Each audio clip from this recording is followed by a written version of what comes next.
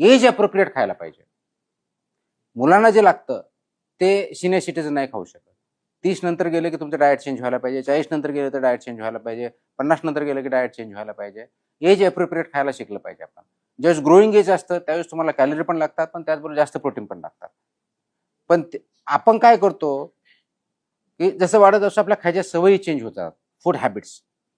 तर आपल्याला काय खातो म्हणण्यापेक्षा आपली हॅबिट काय हे खूप महत्वाचं आहे. आणि आपली हेल्थ जी आहे ना त्याचे 3 महत्वाचे कंपोनंट आहेत. एक डाएट, तुम्ही काय खाता, नुसतं काय खाता नाही, किती वेळेस खाता, कधी खाता, हे खूप काउंट करतं. तुम्ही रात्री 12 वाजता जाणार आणि 12 वाजता जेवणार, it is going to affect you negative. Absolutely निगेटिव्हच अफेक्ट होणार, पॉझिटिव्ह इफेक्ट होऊच शकत नाही. तर तुम्ही कधी खाता, काय खाता हे बघायचं. जे आपल्याला प्रोटीन डाएट पाहिजे, कार्बोहायड्रेट्स पाहिजेत, मॅक्रो आणि मायक्रो न्यूट्रिएंट्स, हे बॅलन्स डाएट ज्याला म्हणू ते करणं. डाएट म्हणजे उपाशी राहणं नव्हे, बॅलन्स डाएट खायला पाहिजे, नंबर 1. दुसरं जे आहे एक्सरसाइज, रेग्युलर एक्सरसाइज करा. तुम्ही काही करा, कुणी जिमला जा, कुणी पळा, वॉक घ्या, जे सूट होईल ते करा, पण रेग्युलर करा. हा दुसरा.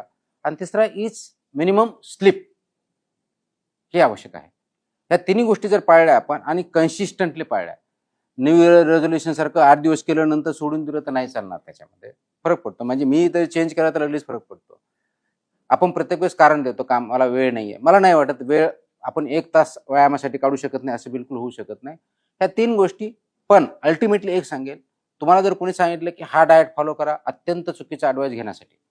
कारण प्रत्येकाची बॉडी ही वेगळी आहे, बॉडी रिक्वायरमेंट वेगळ्या आहेत, माइंडसेट वेगळा आहे आणि आपल्या बॉडीमधून आपल्याला आवाज येतो की हे तुम्ही खा किंवा नका खाऊ. आता एक मिशनामर थोडक्यात शेवटचा मुद्दा याच्यामध्ये सांगतो.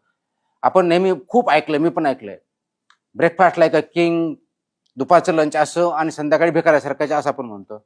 Absolute misnomer, absolute misnomer. असं कुठेही सायंटिफिकली प्रूव्ह झालेलं नाही. तुमची बॉडी रिक्वायर. मला ब्रेकफास्ट खायला बिलकुल आवडत नाही, मला जमतच नाही. ज्या दिवशी मी ब्रेकफास्ट चालू करतो माझं वजन वाढायला सुरुवात करते. मी नाही करत. ही बॉडी डिमांड करते, तुमची बॉडी रिॲक्ट करते. बॉडी रिॲक्ट करते. एका पर्टिक्युलर एज नंतर कदाचित काही जणांना समजेल, काही जणांना समजणार नाही. ऑटोफॅजी नावाचा एक कन्सेप्ट आहे.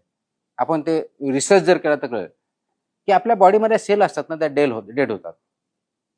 आणि त्या डेड झाल्यानंतर त्यांना रिज्युनेट होण्यासाठी आपण काही दिवस उपवास करणं गरजेचं असतं.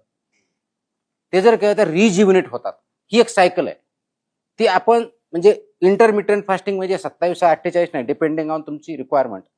ही ऑटोफॅजी ही सायंटिफिक कन्सेप्ट आहे. इंटरमिटंट फास्टिंग ही काय खूप सायंटिफिक प्रूव्ह झालेली नाही. पण ऑटोफॅजी ही सायंटिफिक कन्सेप्ट आहे. तर हे थोडं अंडरस्टँड केलं पाहिजे.